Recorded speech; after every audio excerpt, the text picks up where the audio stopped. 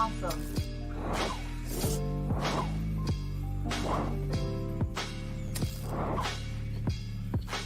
Thank you for tuning in.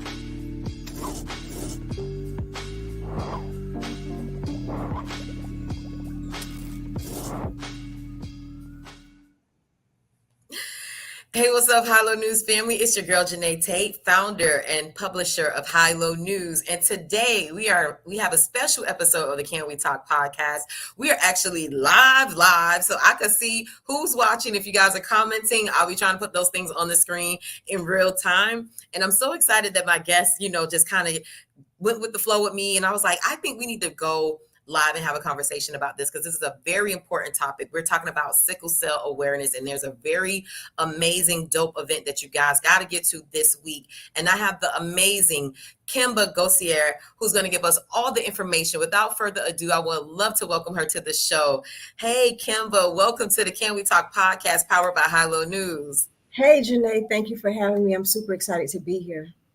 No, thank you. Kimba, did I get the last name right? I said Gosier. Is that right?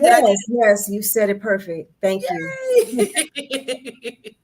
Because, we were saying offline, I'm like, I hope if I stumble, if I can't remember, I'm just going to say Kimba. But I took a stab at it and I got it right. So I'm happy about it. Yes, you did. Thank you. Thank you so much for being with me today, Kimba. And, it's been amazing working with you on this campaign and to just get more information out there about sickle cell awareness, especially with people of color, Black people. This affects us a lot in our community. So when I saw this and you reached out to me, I'm like, yes, we definitely should work together on this. So, without me giving too much away, I would love for you to tell us about this event that's happening April 17th at Betty T. Ferguson Recreational Center in Miami Gardens. Tell us all about this town hall on sickle cell awareness that's happening. Yes, on Wednesday, April 17th, we're having our Community Voices Unite town hall for sickle cell advocacy. Many people don't know, Janae, that sickle cell is the most common blood disorder in the United States.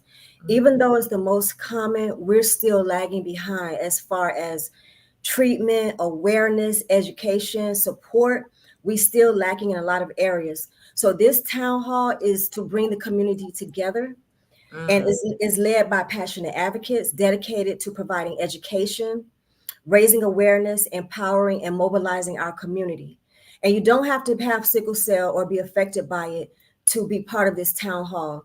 1 in 13 African Americans are walking around with the sickle cell trait and not even aware of it. Me personally, I was not aware that I even had the trait until my daughter was actually born with the actual sickle cell disease, SS, which is the most severe form of the illness. So we're getting together at this town hall. It's a platform for open dialogue. We're going to dive deep. We're going to be talking about gene therapy. In December of last year, the FDA approved gene therapy for sickle cell disease, which is a curative treatment. So we have 2 of the companies that are responsible for doing the gene therapy, which is Bluebird Bio and Vertex are going to be present, as well as Dr. Edward Ziegler from the University of Miami, who specializes in cellular therapy. You're going to hear from him. You're going to hear from experts. This whole town hall consists of a panel of experts in the medical field, healthcare field, as well as our policymakers.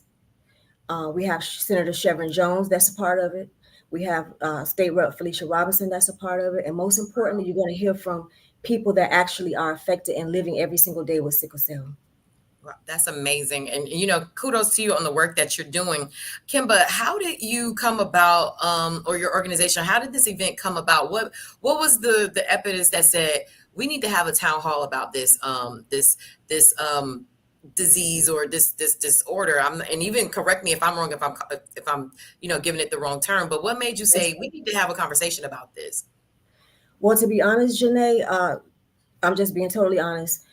I don't know anyone with sickle cell that's an adult that does not have a horror story with how they have been treated when navigating the healthcare system, particularly when they encounter the emergency room and hospital setting. Wow. For instance, when you think of a child that's sick or in pain, hurting, not feeling well, you have so much empathy. You immediately want to help that child feel better.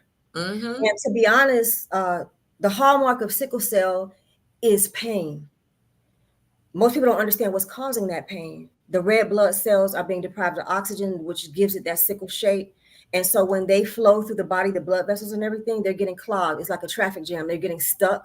And when they get stuck like that, it causes excruciating pain because tissues, organs, things are dying. So it causes extreme pain. So when you're a child, of course, if you're in pain, you require what?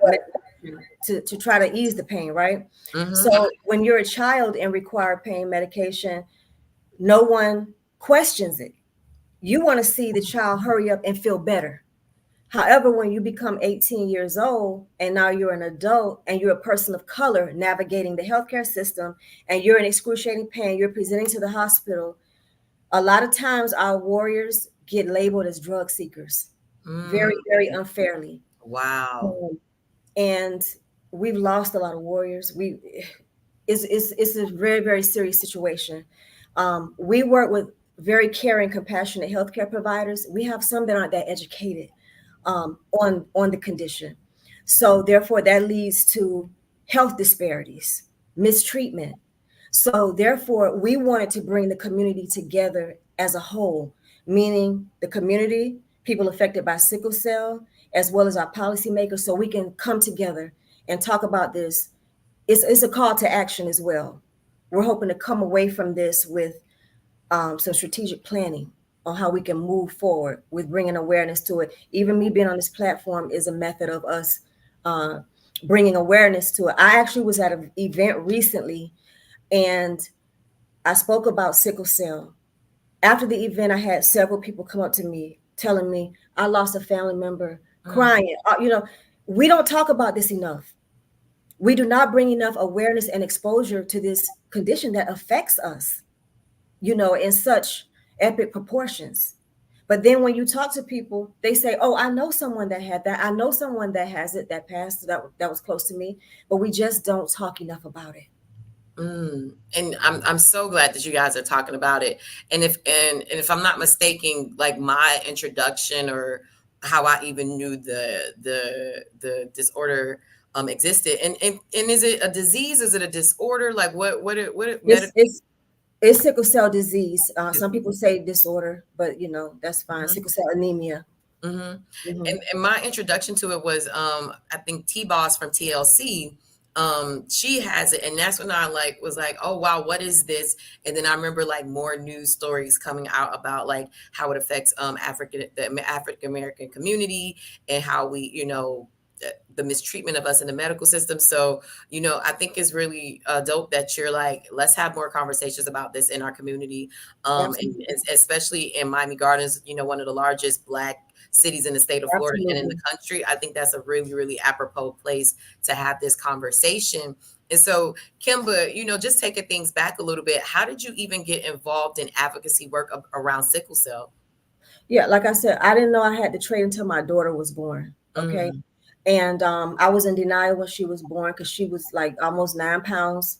I found out later that I had the trait and her father had the trait. I was in denial for like the first almost 2 years of her life until she started presenting symptoms. And when my daughter was not even 2 years old, she was given Tylenol with codeine liquid form to combat the pain. That's how severe it was at that young age. And like I said, when she transitioned to adult care, that's when we have a lot of issues, when we lose a lot of our warriors because they are now adults. They're not getting that tender loving care that they once got as children. And so a lot of times they fall through the cracks.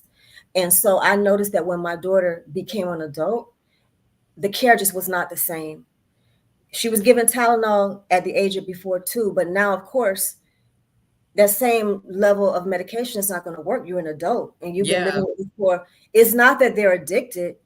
The tolerance is going to be high because now you're an adult and you've been taking this, from for a long time. So I noticed that she was getting treated differently. So one day I decided, I actually left the steps of a healthcare system and I'm like, you know what? There's not a lot of resources out here. This was in 2014, 2015. Something has to be done about this. I want to do something about it. I reached out to my friend Monique, who also is a sickle cell warrior. She has a child who also is a sickle cell warrior. From there, we started meeting, having support groups, and we've been going on 8 years strong now, deep in the trenches, doing the work, to bring awareness, educate the public on sickle cell, but not only that, to provide support to Mm. families that are going through the same thing that we are, impacted by sickle cell. I love that. That's an amazing story. And, congratulations to you and Monique for doing that work and bringing that information to us in our community. And you mentioned, you said you left the steps of the healthcare community. Were you working in healthcare? Is that what you meant? No, I meant just being part of, being on different committees and things like that.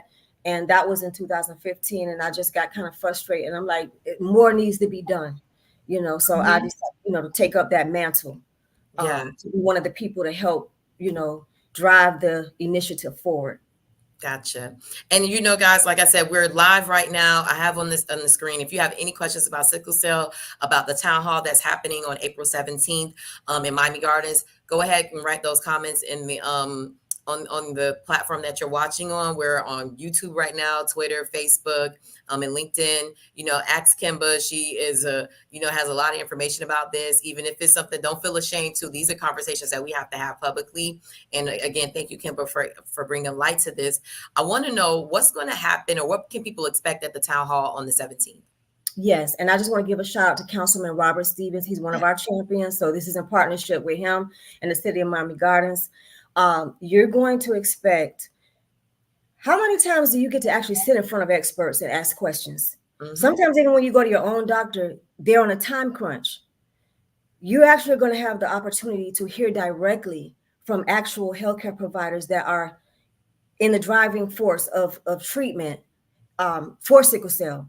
You're going to hear about current and future treatment for sickle cell, what's coming down the pipeline. Mm-hmm. You're also going to hear from our policymakers. Representative Robinson was instrumental in filing a bill. It didn't get past the Human and Health Services Committee. However, it passed the Healthcare Regulations Committee. So you're going to hear about some of the work that's being done behind the scenes on behalf of the sickle cell community. And you're also going to hear about ways to advocate, how you can get involved and help our initiative. And like I said, you're going to also hear from people actually living with sickle cell. Unfortunately, a lot of times people with sickle cell adults, they get labeled negatively, unfairly, because they're getting seen when they're most vulnerable, when they're in the hospital in pain. Of course, if you're not feeling well, you're not going to present the best. But you get to see actual people living with sickle cell outside of the hospital and see just how very special, resilient, and articulate and intelligent that they are. Yes. And you know what? I love that you call you guys sickle cell warriors. I love the empowerment in that. Like, how did that come about as well? Like, and what was the thought behind, kind of like reclaiming your power in a sense? Yes, we're not the ones who coined the term warrior. There was another organization that actually termed that coin, but experienced soldier, a fighter, that's a definition of a warrior. That's what someone, a child or an adult with sickle cell truly is, a warrior. Now, just to give a little bit of history, and for those who out there are listening, we used to be called sicklers, okay? And some people have gotten comfortable using that, and they may not know better, but that's something that we don't want to use that word sickler. Because it has a lot of negative connotations. And also when you're navigating the healthcare system, there has been studies to show that when that word is used, it affects the care. So we prefer the term warrior, because that's what sickle cell warriors truly are. I've seen my daughter, I've seen Monique, I've seen so many other warriors go through things that would break the strongest man. So they are truly warriors. Yes. Yes, you guys are. And, the work that you're doing to eliminate, you're even teaching me a lot just from this conversation right here on like the healthcare, the stigma, and the things that we need to do to improve, the healthcare that you guys are getting. As someone who may not be directly affected by it, what are ways that we can support you? Like, because a lot of times you realize, like, sometimes people don't get involved until it directly affects them, but we need to be proactive in our community, because if one of us is down, all of us are down. What can we do to support the work that you're doing, or just someone who has a sickle cell disorder or sickle cell warrior? How can we be more supportive as a community? One way how you can get involved, if you have the time, we need hands in every area. So volunteering, becoming educated on the condition, attending these type of events. That's why I'm saying it's open to the community. Even if you don't have somebody with sickle cell, still come out and learn, because it affects our community. Also, find out if you carry the sickle cell trait. Janae, there's so many of us that walking around and don't know it. And the thing is, yes, you need to know if you have the trait, because of if you get with another your partner has the trait. But not only because of that, because of having a child, the NCAA now tests all athletes for the trait. Really? So that tells you something. There have been athletes that have passed from overexertion, from having a sickle cell trait. So now they test us, everyone in NCAA for the trait. So find out if you're a carrier of the sickle cell trait. Becoming involved, like I said, volunteering, donating to the cause, providing a helping hand. All that is needed. We have support groups, focus groups. Find out if you are watching this and you're not in the area, find out your local chapter, your local community organization. If you want to be part of ASAP and volunteer, our doors are always open for people that want to come in and lend a helping hand. That's dope. And so one of our Facebook users, I'm pretty sure they're watching from our Facebook group, so it doesn't say the name, so please forgive me for not being able to identify you, but they made a comment saying donations, volunteers, sharing resources, and high power connections all support your cause. So thank you for the comment. Absolutely. Watching in our Facebook group. And so, before I let you go, I would love for you to just kind of give us more, like, where it's going to take place, the time, who's going to be featured, some of your sponsors. Let us know, more about the event that's happening on April 17th.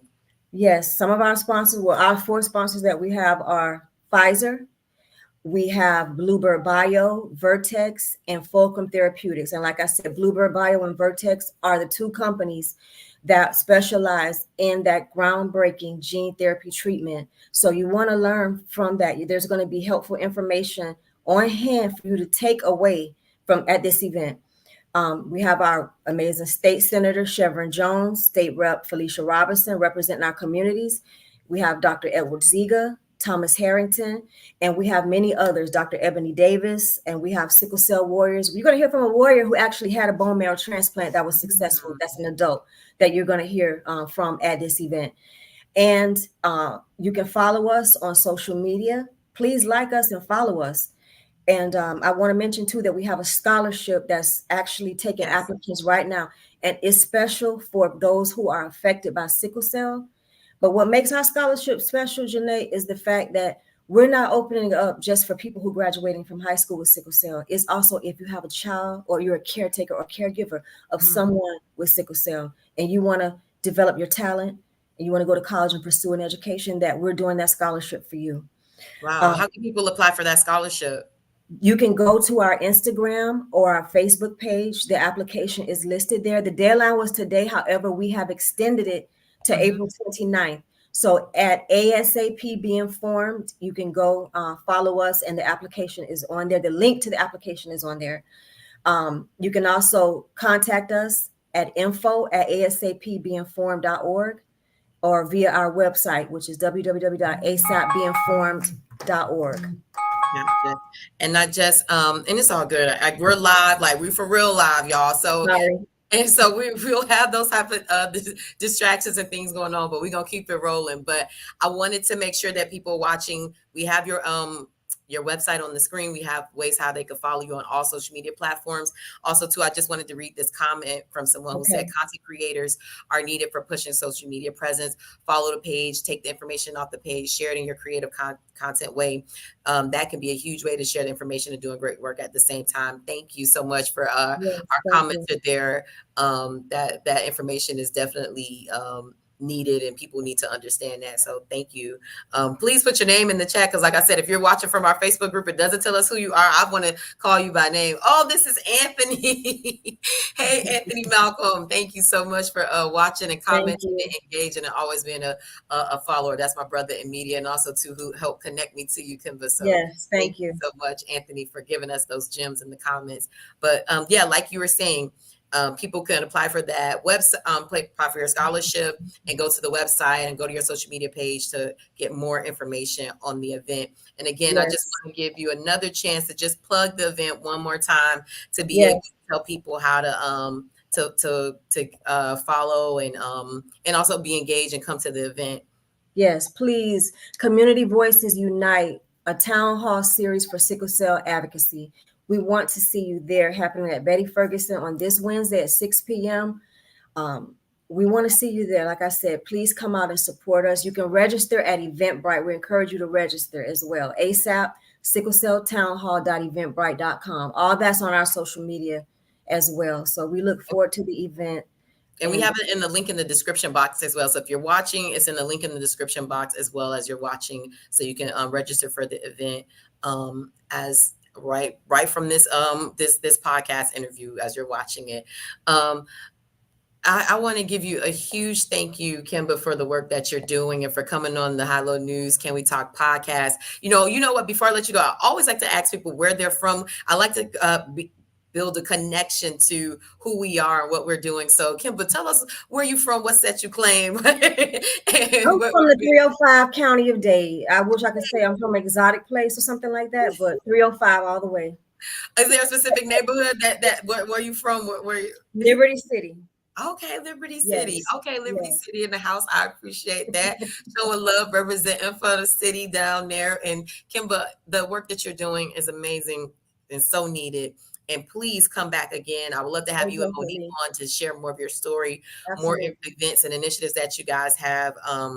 Definitely, you guys know High Low News is now a partner and a friend in the work that you're doing. So again, I appreciate you for coming on and just breaking this down and even educating me on more things about sickle cell, because it's a really important thing in our community. It is. Thank you so much, Janae. No, thank you. Guys, this has been another amazing episode of the Can We Talk podcast. Again, Kemba's information is on the screen at asapbeinformed.org, or follow them at asapbeinformed on all social media platforms. And while I have you guys here, I want to ask you guys to also follow High Low News on all social media platforms, on Facebook, Instagram, Twitter, YouTube, LinkedIn. It's all at highlownews.com. Go to our website, highlowNewsMiami.com, and sign up for our email newsletter. We have exclusive content that we only share on our website and our email newsletter for our very loyal, very dedicated followers. And again, as always, we're in our 9th year of existing. I appreciate the community for rocking with us and supporting High Low News as we continue to grow and share information like this, what Kemba has shared with us today, so that we are informed and we can make the best decisions in our life. Again, Kemba, I want to put your website back up so people have that as we head up out of here. Is there anything else you want to share before we go? Did we give them all the ways to follow you personally, or you want to just send them all to the ASAP page? Anything else you want to say before we head out? Yes, that's the ASAP page. If you want to follow me or send a question directly to me, you can look me up, and my name is right there, Kemba Gosier, and I'm not on Instagram. The organization is, but I am on Facebook. So if you want to DM me, send me an inbox private message. That's totally fine. And like I said, please follow us, because we have several events coming up that we want to keep you informed on. And like I said, we're always looking for all hands on deck, helping hands. And if you are interested in volunteering or anything like that, please let us know. Yes. And let us know too, with High Low News, your upcoming events, because I want to make sure we're sharing that with our audience. Absolutely. High Low News. Yay. I love it. Yeah, I love it. Thank you for all you do. Thank you. And thank you guys for watching today. Thank you for watching our very live. And we're going to do more of this because I like the engagement. I like being able to give our guests a chance to be able to answer questions, engage with us. So we're going to do some more of this. And I appreciate you, Kemba, for pivoting and coming on and saying, okay, we can do this live. Let's talk about it. So yes. I appreciate you for pivoting with me and doing that. Thank you.